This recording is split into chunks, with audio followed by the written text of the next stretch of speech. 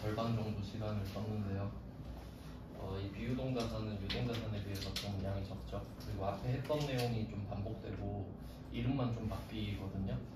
그래서 뭐 양도 적고 목표는 오늘 끝내는 걸로 할 거고, 그다음 이제 내일은 메인 매출 점수의 매출 파트를 드릴 거라서 이제 내일부터는 부가가치세 관련된 거 입력도 좀 해볼 거예요. 이제 슬슬 연습하셔야 되죠. 저는 이제 기출 문제 하나씩 보고 있거든요. 저도 여러분 시험 보는 날 시험 봐야 되니까 여러분도 이제 궁금하시면 기출 문제를 좀 한 번씩 보면서 지금 현재 내가 얼마나 풀 수 있는지 좀 매주 체크를 해보시면 도움이 될 겁니다.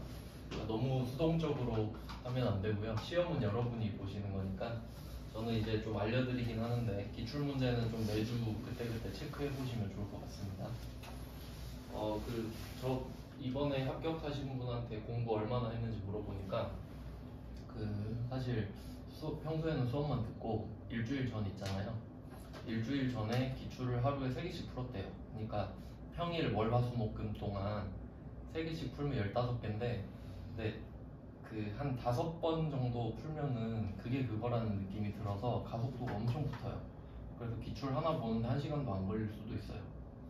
그래서 뭐 처음엔 좀 오래 걸리겠지만 지금은 그때는 아니지만 기출 문제를 그냥 좀 확인해 보는 거죠. 배점이나 비유동자산 한번 해보겠습니다. 일단 앞에 목차를 좀 보시면은 숫자 뒤 점 붙인 거 있죠? 그게 대제목이에요. 그러니까 1번 투자자산, 2번 유형자산, 3번 무형자산, 4번 기타 비유동자산, 이런 식으로 좀 큰 제목만 좀 눈에 잘 띄게 다시 표시를 해두시면 좋을 것 같고요. 유동자산은 2개 있었잖아요. 유동자산은 당좌자산, 재고자산 2개 있었는데 양이 좀 많았죠. 비유동자산은 이 중에 뭐 4개인데 그래도 굵직한 주제라고 하면 유형자산 하나밖에 없거든요, 사실. 그래서 각각 중요한 거를 따져보면은 유동자산은 재고자산 엄청 중요하고요, 실제로 시험 볼 때. 그리고 비유동자산 같은 경우는 유형자산, 이게 엄청 중요한 거예요. 근데 이게 시험이 우리는 실기시험이다 보니까 좀 나눠서 생각할 수 있는데 좀 정리를 해보면 지금 우리가 자산하고 있죠. 여기서 유동자산을 저번 시간에 끝냈고 이제 오늘 비유동자산을 끝내는 것을 목표로 하고 있습니다. 근데 이 중에 중요한 주제를 하나 선별을 해라, 하나씩 선별을 해라 라고 하면 유동자산은 재고자산, 그리고 비유동자산은 유형자산, 이 정도로 정리를 할 수 있단 말이죠. 실제로 시험에서도 많이 나오는데 근데 이게 이론 시험도 있고 실무 시험도 있는데 우린 실무 시험이잖아요. 그럼 이제 각각 주제마다 특화된 쪽이 있거든요. 근데 저번에 해보셔서 아시겠지만 재고자산 같은 경우는 이론 문제로 내기가 좋아요. 그러니까 뭐 선입선출법, 뭐 실질재고조사법 이런 거 물어보기가 좋단 말이죠. 근데 실제 문제 내는 거는 비정상 감모 얼마, 그러니까 붕괴 내는 거는 별로 없어요, 재고자산은. 그러니까 재고자산은 이론에 좀 특화된 주제구나. 근데 일단 여러분은 시험 전략을 실무를 많이 마치는 걸로 가셔야 되거든요. 왜냐면 필기는 찍을 수 있잖아요. 근데 실무는 못 찍죠. 그러니까 실무 공부를 먼저 하셔야 되니까 혹시 내가 시간이 없다, 근데 유형자산은 실무 위주로 시험이 나온단 말이죠. 그러니까 전체적으로 따졌을 때는 유형자산이 우선순위가 조금 더 높다. 근데 내가 유형자산 좀 점수 괜찮다, 많이 맞힌다 하면 이제 재고자산 이론도 한 번씩 보시는 거고, 공부를 할 때는 우선순위를 정하시는 게 좋아요. 물론 다 하면 좋지만 그게 잘 안 되잖아요. 그러니까 중요한 거 위주로 오늘 중요한 거를 먼저 할 겁니다. 근데 일단 뭐 다 하긴 해야 되니까 나눠놓긴 했는데 지금 뭐 봐도 무슨 말인지 모르니 일단 바로 들어가겠습니다. 자, 그럼 넘겨서 1페이지로 가보시면 투자자산을 먼저 볼게요. 이제 분류가 4개로 되어 있는데 하나씩 보면서 설명을 드리겠습니다. 투자자산, 뭐 이름에 나와 있듯이 투자가 목적이에요. 투자가 목적. 그럼 얘는 그렇게 중요한 주제가 아닌데 이유는 우리가 제조업을 가정하기 때문이에요. 제조업은 원재료 사서 제품 만들어서 판다, 이렇게 하는 회사인데, 투자는 사실 여기서는 말이 예쁘게 투자지만 그냥 투기라고 보시면 되거든요. 그냥 뭐 사가지고 시세 오르면 팔고 이거 말하는 거예요. 근데 제조업이 그 투자를 꼭 할 필요는 없잖아요. 그러니까 여기서 말하는 투자는 시설 투자 이런 거 말하는 거 아니에요. 투기 말하는 거예요. 투기. 우리가 말하는 부동산 투기, 비트코인 투기. 그러니까 별로 중요하지 않죠. 그냥 뭐 할 수도 있지, 안 할 수도 있고 이런 느낌. 근데 뭐가 있는지 한번 볼게요. 1번은 투자 부동산. 이게 계정 과목입니다. 그러니까 투자 자산은 그룹 이름이죠. 투자 자산이라는 그룹이 있는 거죠. 근데 그 안에 투자 부동산이라는 계정 과목이 있는 거예요. 이렇게 분류를 좀 할게요. 투자 부동산. 그럼 이제 부동산은 뜻 아시죠? 많이 들어보셨잖아요. 동산이랑 부동산이랑 대조되는 거죠. 동산은 움직이는 자산, 비동산은 안 움직이는 자산. 이제 민법상 민법상 부동산은 토지와 그 정착물 이렇게 해놨을 거예요. 민법상으로 부동산은 그럼 우리가 알고 있는 건물과 토지 이렇게 생각하시면 되거든요. 건물과 토지 이렇게 정리하면 되겠죠.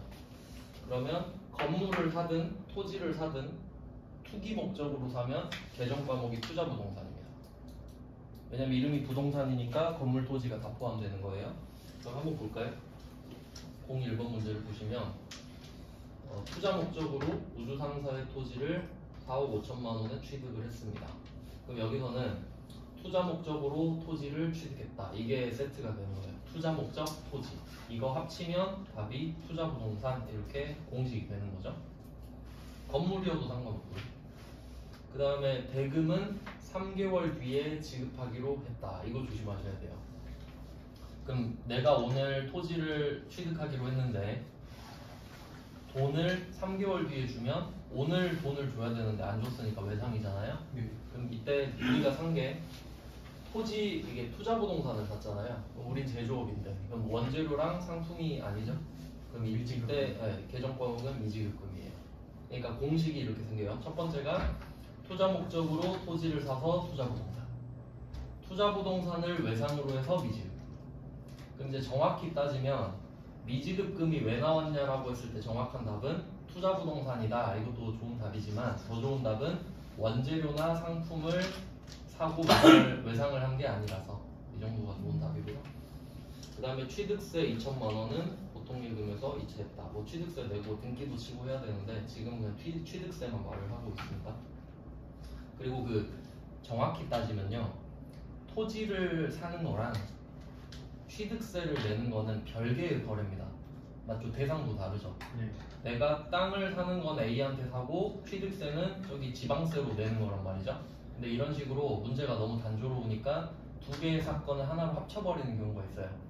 근데 이런 문제가 가끔 나오고 가끔씩 그 02번 미리 보시면은 02번의 문제 두 번째 줄에 보면 하나의 붕괴로 처리할 거 돼 있죠. 이 말이 그 말이에요. 그러니까 내가 지금 억지를 부리고 있는데 그냥 시험이니까 한번 풀어봐 이런 느낌이에요. 그러니까 01번도 이 말이 원래 있어야 돼요. 두 개인데 하나로 합친 거잖아요. 그러니까 그런 값다 하시면 되고 그럼 여기서 미지급금은 돈을 안 줬으니까 누구한테 줘야 되는지 써야겠죠. 그래서 우주상사 거래처를 꼭 써주셔야 됩니다. 그렇고 그 다음에 뭐 보통예금으로 이체한 거는 뭐 보통예금에서 차감해 주시면 되고요. 그래서 미지급금은 부채의 증가가 되겠고 보통예금은 자산의 감소가 되겠죠. 근데 여기서 중요한 거는 그 우리 재고자산 할 때도 배웠잖아요. 취득 부대 비용. 내가 이 자산을 취득할 때 반드시 들어가는 돈이 있다면 그 돈은 자산에 붙인다. 그래서 차변의 투자 부동산은 엄밀히 따지면 4억 5천 플러스 2천 이렇게 되는 거죠. 네, 취득세가 들어간 거니까요. 붕괴는 뭐 앞에서 했던 거라 복습 차원에서 그냥 돈다 생각하시면 돼요. 이제 02번 보시면 투자 목적으로 비사업자인 홍길동으로부터 건물을 9천만 원에 매입했다. 여기서 우리가 부가가치세를 배우진 않았지만 조금씩 언급을 해드리면 비사업자인 홍길동, 비사업자인 홍길동. 그러니까 사업자가 부가가치세법에선 사업자만 부가세를 걷어서 내거든요. 근데 이제 비사업자면 우리 같은 일반인 있죠. 일반인 신분으로 건물을 판 거예요. 그럼 홍길동이 건물을 판 거죠. 여기서 중요한 거는 그 01번에 나왔던 토지는 면세거든요. 면세. 그러니까 토지 자체가 면세 물건이에요. 그러니까 이거는 누가 팔아도 부가가치세를 걷지 않아요.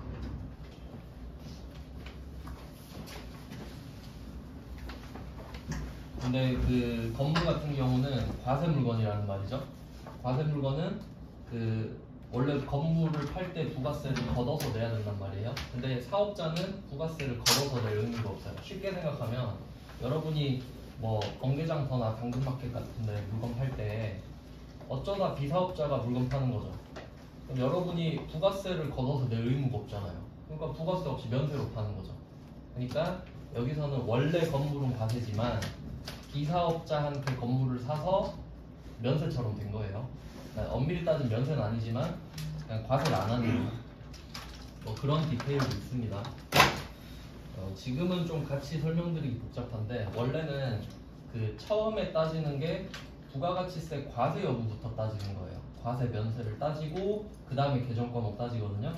근데 이제 02번 같은 경우는 투자 목적으로 건물을 샀다. 그러면 01번은 투자 목적으로 토지를 샀던 거고 02번은 투자 목적으로 건물을 사잖아요. 근데 어차피 둘 다 부동산이죠. 그래서 답이 둘 다 투자 부동산이에요. 그래서 일부러 한 개씩 써놓은 거죠. 투자 목적 토지, 투자 목적 건물. 근데 이거를 지금 들어보면은 너무 당연한 말 같잖아요. 그냥 뭐 부동산이 부동산이지. 근데 나중에 우리가 유형자산이 중요하다고 말씀드렸죠. 유형자산에 토지랑 건물이라는 개정 과목이 각각 있어요. 그럼 한번 생각해 보세요. 그럼 나중에 여러분이 그 지금은 투자부동산밖에 안 배웠잖아요. 근데 나중엔 이렇게 틀려요. 01번 보고 토지를 취득했다 이거 보잖아요. 토지 보고 토지 써요. 그게 틀려요. 그럼 유형자산은 뭐냐? 유형자산은 내가 사용할 목적이어야 되거든요. 근데 지금 투기로 산 거는 내가 사용할 목적이 아니고 냅뒀다가 오르면 팔아야지 이거잖아요. 내가 쓸 건 아니란 말이죠. 그래서 그때는 이제 좀 달라요. 그러니까 미리 한번 말씀드리면 토지라는 개정 과목이 성립하려면요 이런 식으로 나와야 돼요. 내가 본사 사옥을 지을 목적으로 토지를 취득했다. 그럼 그 토지는 쓸 거죠. 그때만 토지예요. 근데 그냥 투기 목적으로 토지를 사봤어. 그럼 그건 투자부동산이라는 거죠. 그러니까 되게 간단한 지식형 문제인 겁니다. 실수만 조심하면 되는 거죠. 그 다음에 02번도 마찬가지예요. 02번도 투기 목적으로 건물을 지금 산 거잖아요. 근데 또 문제에서 이렇게 나올 수 있죠. 본사 사옥으로 쓰려고 건물을 샀다. 그럼 쓰려고 산 거죠. 그럼 그때는 건물이라는 거죠. 사용할 목적이면 건물, 투기 목적이면 투자부동산. 아시겠죠? 표를 한번 정리해 볼게요. 유형자산을 안 배우긴 했지만 나왔으니까 미리 한번 정리를 하겠습니다. 유형자산은 목적이 사용이에요. 사용. 내가 쓰려고. 그리고 투자자산은 말 그대로 투기입니다. 투자하면 너무 예뻐 보이니까 투기라고 쓸게요. 자, 이렇게 개정 과목이 나눠질 건데 토지 건물 표로 한번 개정 과목을 제가 파란색으로 쓸게요. 사용할 목적으로 토지를 사면 토지, 사용할 목적으로 건물을 사면 건물. 간단하죠? 그러니까 이거 너무 쉽잖아요. 근데 여기에 물들어 있어서 이거 나오면 틀린다는 소리예요. 그럼 이제 투자 목적으로 토지를 샀다. 투자 부동산. 그리고 투기 목적으로 건물 샀다. 투자 부동산. 이게 아주 전산회계 1급 수준에 딱 맞는 문제인 거죠. 목적에 따라 이름이 바뀌는 걸 아느냐. 아주 좋은 문제입니다. 네, 잘 정리해 주셔야 돼요. 한눈에 들어와야 딱 정리가 되니까 이런 식으로. 그래서 나중에 이름만 보고 틀리지 말자.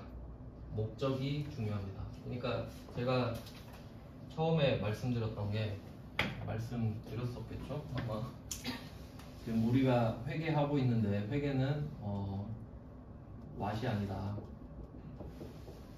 Y다 라고 말씀드렸죠? 그러니까 얘네들을 뭘 갖고 있는지 물어보는 게 아니라 왜 갖고 있는지 물어보는 거예요. 왜? 사용할 거냐? 투기할 거냐? 그리고 답은 이번에도 간단한데 02번 문제는 건물 9천 원래 부가세가 있지만 비사업자한테 사서 부가세가 없다. 그래서 일반 점표에 쓰는 거예요. 그러니까 만약에 사업자한테 이 건물을 샀잖아요. 그러면 9,900을 줘야 돼요. 그리고 메인 매출 점표에 써야 됩니다. 지금은 비사업자는 문제를 쉽게 내고 싶어서 그런 것 같아요. 그럼 결제를 어떻게 했는지 보니까 9천만 원은 바로 줬나 봐요. 당좌표를 줬다 하면 당좌예금 차감이죠. 체크카드 결제했다 이렇게 생각하면 되죠. 일단 나머지는 뭐 보통 예금 이체했고 01번이랑 마찬가지로 취득 부대 비용 나왔죠. 네, 그것까지 더해주시면 총 9,400만 원이 되겠습니다. 이 정도 한 문제씩 보면 투자부동산 절대 안 틀리겠죠. 그리고 여기서 조금 주의할 것까지 말씀드리면 이렇게 적어 놓으시면 좋을 것 같아요. 01번 문제에다가 대금은 3개월 뒤에 지급하기로 하고 이렇게 돼 있죠. 그 하고 뒤에다가 이렇게 껴가지고 어음을 지급했다 라고 써볼게요. 대금은 3개월 뒤에 지급하기로 하고 그럴 수 있죠. 3개월 뒤에 줄게. 근데 어음 일단 줄게. 이럴 수 있죠. 그럼 답이 어떻게 되나 생각해보세요. 어음 줬으니까 지급어음이죠? 아니 미지급금이지. 원재료 아니에요? 원재료랑 상품이 아니니까 그거 나오면 다 틀리는 거예요. 아시겠죠? 그러니까 그것까지 꼭 적어두세요. 어음을 주기로 해도 지급어음이 아니라 미지급금. 답이 그대로죠? 네. 근데 괜히 지급어음 써야 될 것 같잖아요. 그런 걸 조심하셔야 되는 겁니다. 그러니까 엄청 어려운 걸 맞히는 게 중요한 게 아니라 이런 기초적인 걸 안 틀리는 게 중요한 거예요. 자, 그럼 이제 투자부동산 끝났어요. 이제 퇴직연금 운용자산으로 넘어가겠습니다. 그나마 이건 좀 쓸모가 있는 개정 과목입니다. 왜냐면 투자부동산은 회사마다 없는 개정 과목 뭘까요? 투자부동산이라는 개정 과목이 없는 회사도 있거든요. 근데 퇴직연금 운용자산은 여기도 없을 수도 있는데 거의 있다고 생각하는 게 좀 좋을 것 같네요. 이건 퇴직금이랑 좀 관련이 있는데 간단하게만 좀 설명을 드리면 퇴직금 엄청 중요하죠. 회사원들이 그나마 좀 건질 수 있는 복지 중에 하나잖아요. 퇴직금에 대해서 한번 생각을 해보겠습니다. 퇴직금은 법으로 보호를 해주잖아요. 이제 1년 이상 근무를 하면 약간 어떤 느낌으로 퇴직금을 주는 거냐면 만약에 어떤 사람이 월급이 300인 사람이 있다고 합시다. 그럼 이 사람이 뭐 연봉이 계속 오르기는 하겠지만 그냥 안 오른다고 했을 때 1년에 12번 받잖아요. 그럼 3,600이 연봉이 되겠죠. 그리고 1년이 지났잖아요. 그럼 이제 1년이 넘어가는 순간부터 회사는 이 직원한테 퇴직금을 줄 의무가 생기죠. 그럼 얼마가 쌓이냐? 대충 1년 지나면 300 정도. 그러니까 그 옛날에 치킨 쿠폰 막 이런 느낌이에요. 12개를 모으면 1개를 더 드릴게요. 요새는 뭐 쿠폰이 많이 없어졌는데 그런 감성인 거죠. 그러니까 이걸 악용하는 회사가 어떤 회사냐면 1년 전에 재계약해본 이거 간단하게 이것만 좀 조심하면 될 것 같아요. 그러니까 뭐 예를 들어서 그 알바몬 같은 데 보면은 급여, 연봉 3,600 이렇게 적잖아요. 네, 뭐라고 이렇게 살짝 껴놓냐면 퇴직금 포함. 네, 이럴 수도 있는데 저는 그냥 좀 괘씸해서 이런 회사는 안 좋은 것 같아요. 그러니까 원래는 퇴직금은 뭐라 그랬죠? 300씩 12번 온전히 받고 300은 보너스로 받는 거니까 여러분은 1년에 3,900을 받는 꼴인 거거든요. 그러니까 300은 퇴사할 때 받는 거고. 근데 자연스럽게 300, 3,600을 13으로 쪼개겠다는 소리거든요. 그러니까 굉장히 좀 악질이죠. 근데 좀 괘씸하다고 생각해요. 그러니까 알고는 계셔야 돼요. 내가 속고 넘어가 주더라도 모르고 나가면 안 되죠.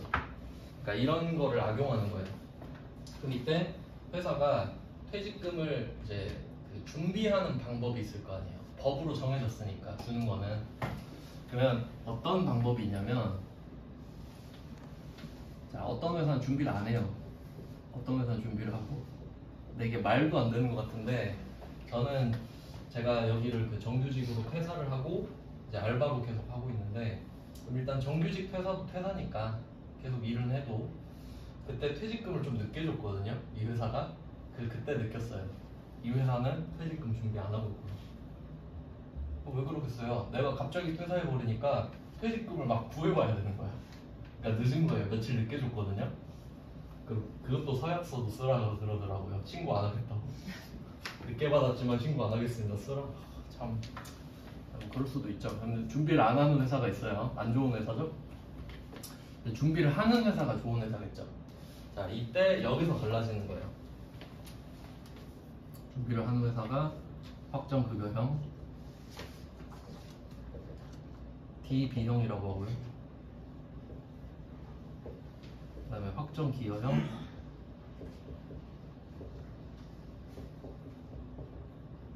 아까 말씀하신 게 그거구나. 퇴직금 악용하는 게 1년 안 되기 전에 맞아. 그것도 당하는 거 본 적 있다. 9개월씩 계속 연장하는 거. 그런 데도 있습니다. 공기업에서.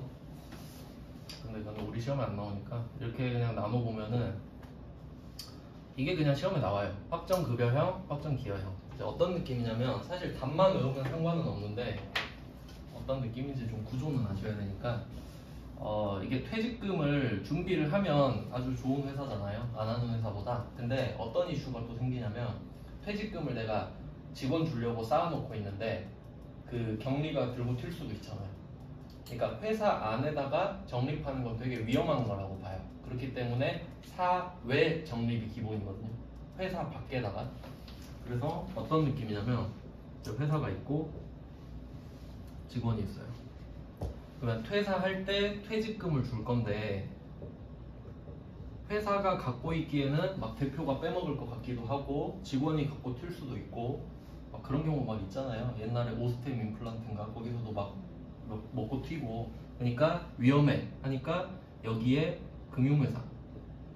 참고로 금융회사는 은행, 보험, 증권입니다. 은행, 보험, 증권 회사한테 적립하는 거예요. 그러니까 얘네들이 금융상품을 만들어서 팔아요. 너네 퇴직금 준비해야 되지? 너네 직원들 못 믿으니까 나한테 맡겨. 그럼 내가 이자도 줄게. 그리고 퇴사하면 내가 주면 되잖아. 그러니까 여기다가 계속 납부를 하는 거죠. 퇴직금 준비를.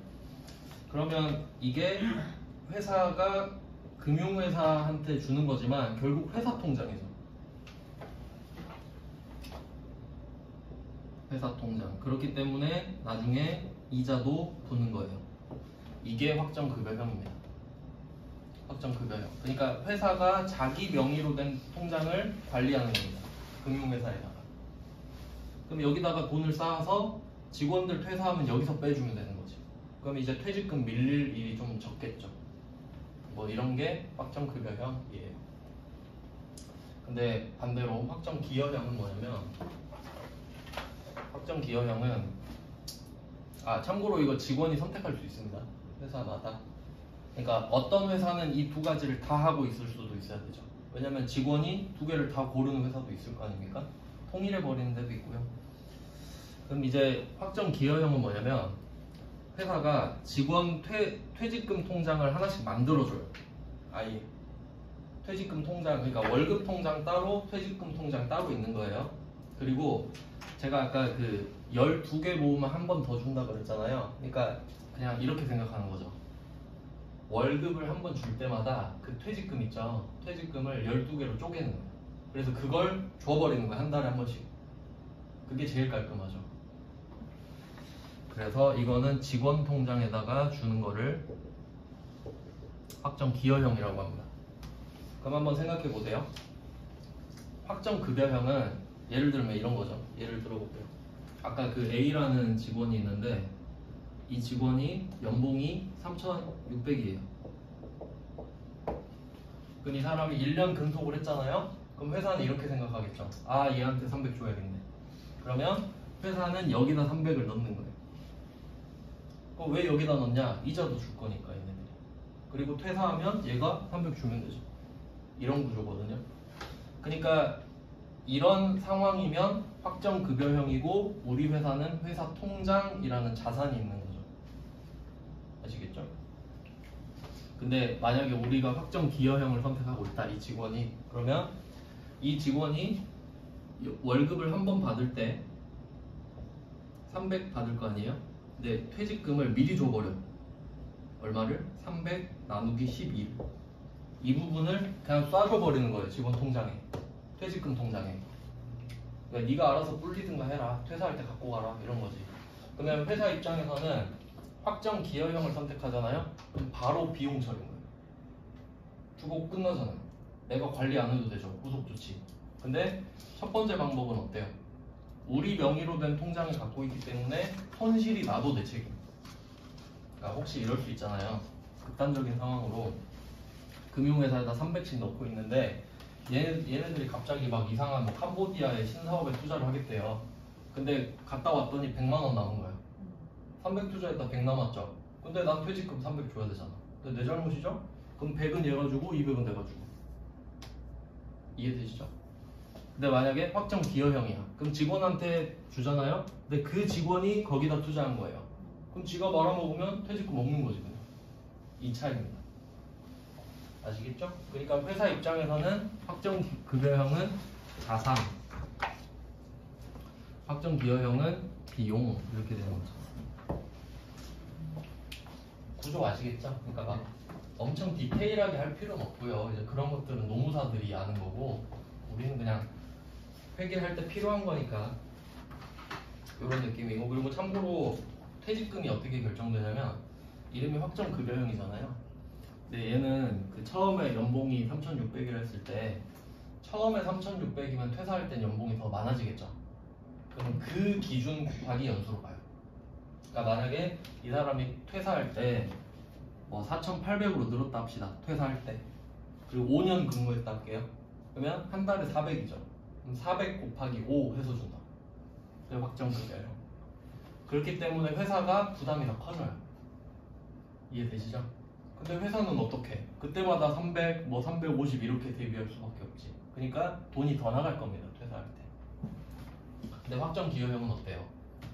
한 달마다 주잖아요. 그럼 퇴사한다 그러면 그럼 잘 가 하고 손만 흔들어주면 끝나죠. 왜냐면 그때그때 바로바로 정산을 했었잖아요. 이해되시죠? 그러니까 회사 입장에선 확정 기여형이 훨씬 편합니다. 네, 그래서 확정 급여형을 선택하고 있으면, 그러니까 정확히 말하면 우리 회사에 확정 급여형을 원하는 직원이 있다면 우리 회사에는 퇴직연금 운용자산이 있을 거예요. 그러니까 확정 급여형 선택하면 그 자산 이름이 퇴직연금 운용자산입니다. 아시겠죠? 그러니까 거기에 확정 급여형 써놓으시고 제가 그 피처링 퇴직급여 써놨잖아요. 네, 퇴직급여는 확정 기여형, DC형 이렇게 써놓으시면 되겠죠. 그러니까 확정 급여는 퇴사할 때 그 급여 기준으로 확정돼 있다는 소리고, 확정 기여형은 너의 기여도에 따라 퇴직금이 달라진다 뭐 이런 뜻이거든요. 근데 우리는 답만 외우면 되죠. 자, 그럼 상황을 설명을 드렸으니까 문제 보겠습니다. 문제는 되게 쉬워요. 2번 퇴직연금 운용자산의 01번입니다. 12월 30일 동진 상사는 영업부 임직원의 퇴직금에 대하여 확정급여형 퇴직연금에 가입하고 있다. 상황 설명이고요. 퇴직연금 납입액 550만 원을 당사 보통예금 계좌에서 이체했다. 그럼 일단 확실한 건 대변의 보통예금이 550이 나간다는 건 아시겠죠? 자, 근데 다 들어가는 게 아니고 이제 이 사람들도 그 PB 이런 거 들어보셨나요? 아, 그건 은행총인가 프라이빗 뱅커 하고 뭐 투자운용사 이런 거 들어보셨죠? 그 불리는 분들 있잖아요. 그분도 월급 줘야지. 그러면 수수료 줘야 될 거 아닙니까? 그러니까 수수료가 2%를 먼저 떼가 버리네요. 네, 그러면 2%는 금융기관에 지급한다. 당연히 550에 2%겠죠. 그러니까 11만 원 나오고요. 그건 수수료 비용이네요. 이건 내 통장으로 들어가는 돈이 아니니까. 그래서 먼저 11만 원을 빼놓고요. 그리고 수수료 비용이 판 이렇게 돼 있는데 이 이유는 영업부 임직원의 퇴직금 관련된 거라고 그랬습니다. 영업부 임직원. 그러니까 만약에 이 퇴직금 대비가 제조부 임직원 거일 수도 있잖아요. 그럼 그 수수료는 엄밀히 따지면 제조이긴 한데 애매하거든요. 그렇게 되면. 왜냐면 그 수수료가 제조할 때 드는 건 아니잖아요. 근데 애매하니까 문제에서는 항상 0% 내요. 그럼 무조건 800으로 맞아떨어지거든요. 근데 굳이 따지자면 제조부가 나와도 800번으로 답 처리할 겁니다. 그러면 나머지 550에서 11만 원을 뺀 539만 원은 우리가 구할 필요는 없죠. 답은 퇴직연금 운용자산이에요. 이유는 DB형이니까. 그냥 솔직히 DB형은 퇴직연금 운용자산 외우면 편해요. 일부러 수수료가 들어간 조금 복잡한 문제를 넣어봤고 다음 문제 갈게요. 02번. 그럼 1번 문제랑 이어서 본다고 생각하시면 우리가 539만 원을 넣어놓은 상태잖아요. 그러면 그 11만 원은 그 사람이 월급으로 받는데 뭐 도움이 됐겠죠? 그러면 그 돈 받고 돈을 열심히 불리셨을 거 아니에요. 그래서 그 성과가 난 거예요. 30만 원이. 그러면 그 통장에 돈이 늘어나겠죠. 그래서 퇴직연금 운용자산 30이 들었어요. 그리고 대변에는 퇴직연금 운용수익이라고 돼 있는데 제 생각에는 그냥 이자 수익으로 기억하시는 게 편할 것 같아요. 그러니까 이자 수익을 표시해 두시고 저는 이자 수익이라 하거든요. 그냥 이자잖아요 이게. 그래서 그냥 뭐 이런 식으로 확정급여형은 이자가 붙을 수도 있다. 그래서 반대로 말하면 확정기여형이면 이자가 붙을 수가 없죠. 직원 통장으로 주는 거니까. 그 다음에 03번 가보시면 네, 이번에도 뭐 비슷한 문제입니다. 확정급여형에서 이자 500이 발생했다 이렇게 돼 있는데 근데 이게 그 02번에 업그레이드 된 게 03번이거든요. 세무 1급이라 참고만 하시면 되고요. 그럼 이자 수익이 500이 생겼잖아요. 근데 차변에 또 수수료를 갖고 가네. 그러니까 자기가 잘한 거에서 수수료를 또 떼갈 수도 있죠. 그러니까 먼저 떼갈 수도 있고 나중에 떼갈 수도 있거든요. 그러니까 01번은 수수료를 선납하는 거고 03번은 수수료를 수납하는 거죠. 성과에 따라. 그러니까 뭐 이 정도로 생각하시면 될 것 같아요. 그리고 아까 말씀드렸던 대로 그 03번 같은 경우도 어떤 임직원인지 언급이 없거든요. 그냥 판관비로 하라고 말을 해버렸고 정확히 따지면 제조원가로 될 수가 없기 때문에 이 수수료는 무조건 800번으로 한다고 생각하셔도 됩니다. 04번으로 갈게요. 요거는 그 DC형을 하나 넣었어요. 그냥 확정기여형 퇴직연금 700을 보통예금 계좌에서 이체했어요. 그럼 대변에 보통예금 700이 나가는 거는 확실히 정해진 거고, 근데 문제는 차변에 직원 통장으로 쏴버리는 거죠. 그렇기 때문에 비용이라는 거죠. 그래서 퇴직급여 판 이렇게 돼 있죠. 퇴직급여는 비용입니다. 위에 수수료 비용도 비용이고요. 그래서 뭐 이런 식으로 나눠진다. 회계 1급에서는 그냥 이름 가지고 답을 찾을 줄 아냐 이 정도거든요. 이렇게 하면 앞에 좀 짜잘한 주제들은 끝났고요. 이제 좀 쉬다가 유형자산의 제일 중요한 주제를 해볼게요. 10분 정도 쉬고 다시 해줄게요.